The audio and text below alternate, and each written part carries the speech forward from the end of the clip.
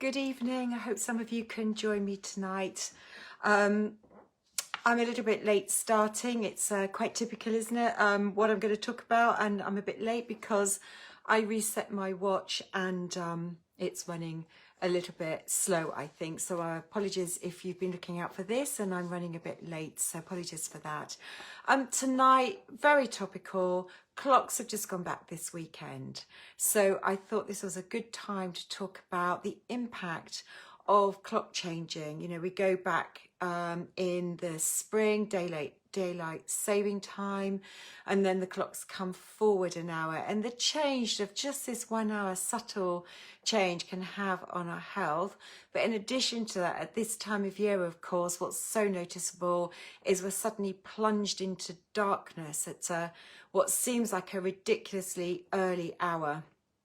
And it has and can have a big impact on people's health. So I just thought I'd talk around that a little bit tonight and show you what things you can do to help you cope if you find you're struggling, but things that you should do naturally, because the changing of our clock and this change to and the impact it has on our circadian rhythms does have an impact on health in different ways. It's really important just to be aware of these subtle changes that won't be obvious to you. So I tend to think of it as spring forward and fall back. I think it might well be an American saying, but I always find that's a really easy way to remember it, that in the spring we lose an hour's sleep because we put our clocks forward an hour, and then in October the clocks go back in the autumn, which I think is why it's American, because it's fall back, so they go back.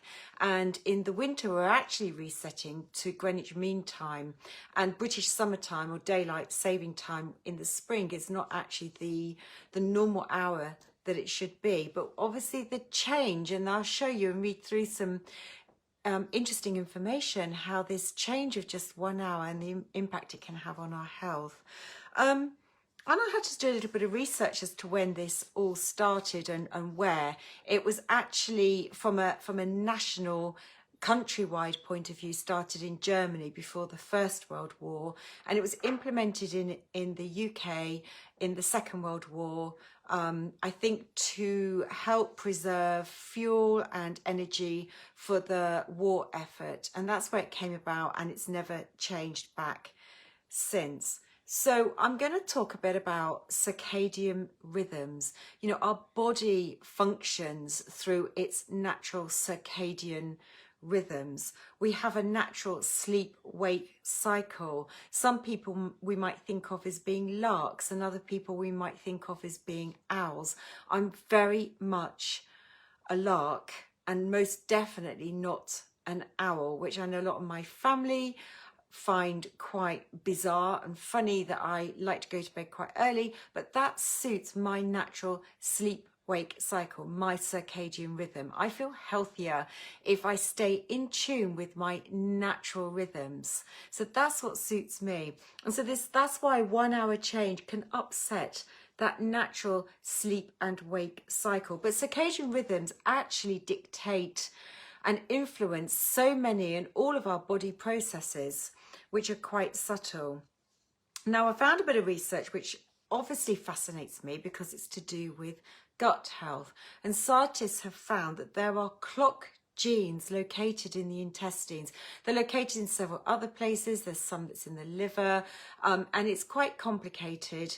But there are these genes that are called clock genes in the intestines that help control its function. So when we start playing around and switching the time back and forth by 1 hour, it starts to have an impact, maybe only temporarily, but it may last longer for certain individuals. It has an impact on digestion and therefore absorption of nutrients.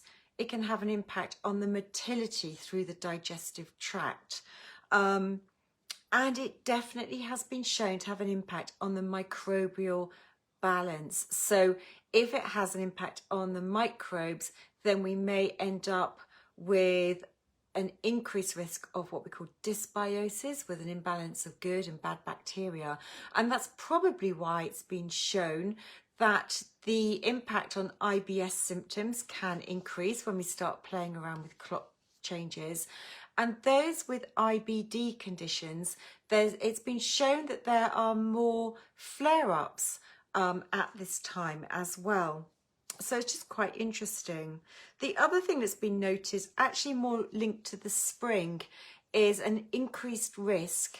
It's a Swedish study, but an increased risk of heart attacks in the first week of the spring forward, when the clocks move forward in the spring, and an increased risk of accidents and the increased risk of the severity of accidents at work. I found that on the HSE, the Health and Safety Executive, and also an increased risk in the first week of accidents, probably because people are feeling a little bit sleep deprived, and it's like jet lag. We're not getting enough sleep, and so our concentration, we've got an increased risk of tiredness. They may be quite small lasting changes, but they are worth bearing in mind. Now, sleep is something I'm going to go on and talk more about because it has a very big impact through the winter months as well, and the impact of that. So thinking about in the winter now, and that's the period of time we're in right now. So we've just put our clocks back, which is great. We all appreciate that extra hours lying in bed on the Sunday. And we're actually moving back to what is our Greenwich Mean Time, our more natural hours. But of course, we have this massive impact on the dark. It's really dark now. It wasn't this time last week at this time. And it has been shown to trigger an increased risk of depression. And a Danish study has shown that there is actually an 11% increase of seasonal depression, this thing that's known as SAD, that occurs at this time of year. But not just sort of the depression, but there is an increase in anxiety and irritability and potentially feelings of hopelessness. And I think we can all notice, or a lot of us will notice, a change in our mood at this time of year when it starts to get dark so early and we're deprived of our natural daylight and our natural sunlight at this time of year. And it's very normal that this will happen because it's been shown that the less exposure that we're getting to sunlight will reduce the amount of serotonin that's produced. And serotonin is our feel-good chemical, one of these neurotransmitters that's in our brain that makes us feel good. It makes us feel happy, it can make us feel calm, and there's less of it going around when we have less exposure to daylight. So whether you're actually feeling the effect now or whether there's more of a cumulative effect as we progress through these dark winter months up until the point of the 21st of December when we start to come out of it, the other side. There's also a decrease amount of melatonin. This is another neurotransmitter that's linked to our ability to sleep. So we may find it more difficult to get to sleep. Although for me personally, I think sometimes in the winter, I just actually want to go to bed early and even earlier. But I think that's my body actually listening to the circadian rhythms. And actually it's perfectly natural and normal to sleep more through the winter months. And we're actually tricking ourselves with modern technology, with artificial lights, with electricity, and obviously not using candles, that we are forcing ourselves to stay up later. We force ourselves to stay up late. We feel we should go to bed at the same time that we did all through those summer months. And that's not really listening to the natural circadian rhythms because of this exposure to artificial light. We're not listening to the circadian rhythms, and it would have been very natural to sleep for far longer through those winter months than we do now, and to sleep less in the summer months. And the impact it may have by not getting sufficient sleep, other than the impact it has on our mood, is it can actually also have an impact on our appetite, and we may start gaining weight through the winter. We may think it's just to do with the cold, But there are other hormones that were only discovered in the past 10 years or so. They've got a bit unusual names, that are linked to the amount of sleep that we get, and they control our appetite. One's called Ghrelin, and I tend to think of this as like a gremlin. It's the one that tells us we want to eat more. And if we're lacking enough sleep, we have more Ghrelin. And this hormone is going to tell us that we're hungry and we want to eat more. And it is likely to make us want to reach for those starchy, sugary foods. Whereas if we have sufficient leptin, which is the other hormone that was discovered, if we have more leptin, it's going to tell us we're satisfied, we're full, we don't need so much food. But if we're deprived of sufficient sleep, we have insufficient leptin, too much ghrelin, and that is influencing our appetite. And potentially that could be leading to an increase in weight gain and to obesity as well. And of course, if we're not getting enough sleep and we're waking up feeling a bit groggy because we're actually waking up when it's still dark outside as well, and we don't think it's naturally time to get up, and it's going to have an impact on our energy as well. So what can we do about this? We need to be aware of our natural circadian rhythms. And like I said, if you feel tired in the evening, it may be 9 o'clock. Well, listen to your natural circadian rhythms. If you're feeling tired, you're at home, you don't actually have to do anything because you're watching TV. Go to bed early and take advantage of getting a little bit more sleep through these winter months. It's really, really important from the point of view of this sad condition that we do give ourselves exposure to daylight. Our body, our pineal gland in the brain that is sort of helping to dictate this circadian rhythm, absolutely and crucially needs that exposure to daylight. So you need to try and get outside, even if it's only 15 minutes. And some days I know in the UK that we have such dark grey clouds and we don't get what I call much exposure to proper daylight and sunlight, but we do still need to get outside and get whatever exposure we can to the daylight. So 15 minutes if you can get outside for longer. Wet today, absolutely foul at some times today. We may not feel like it. Maybe we're not going to make time to do it every single day. But if you see one of those beautiful bright days, that's a time to really make the most of getting outside and getting exposure to that daylight. Like I said, the pineal gland is the one that is reacting to that daylight and helping the body to convert then in the evening with the melatonin to sleep and getting the amount of sleep that we need at night. Now, if you're really, really struggling with this sad condition through the winter months, then it's worth thinking about phytotherapy and trying the lamps that you can buy and spending time in front of those. People find them very, very helpful. So don't overlook that. If you really feel that you are struggling, don't struggle on. Look into some of these lamps and think about whether you can afford to invest in one and use it on a regular basis through the winter. Other than just getting outside for the daylight, the fresh air is really important. I'm a great believer as a naturopath with fresh air is so important. We have a tendency to be inside, it's dark, it may be wet and cold, but you know, the fresh air is so important, like walking is so important, which brings me on to exercise. Exercise has also been shown to be vitally important at this time of year, helping our bodies adjust whether it's in the spring or in the winter. Getting exercise is very important. However, I would say that we should not be trying to do high intensity, high cardio workouts in the latter half of the day, and certainly not in the evening, particularly if you struggle to switch off and go to sleep at a normal time. So think about doing that type of activity in the morning or in the first half of the day, and doing more gentle exercise in the latter half of the day. And yes, walking is a fantastic exercise, or it could be yoga. There are other exercises you can do, but just be careful about these mega high intensity workouts and doing them in the latter half of the day.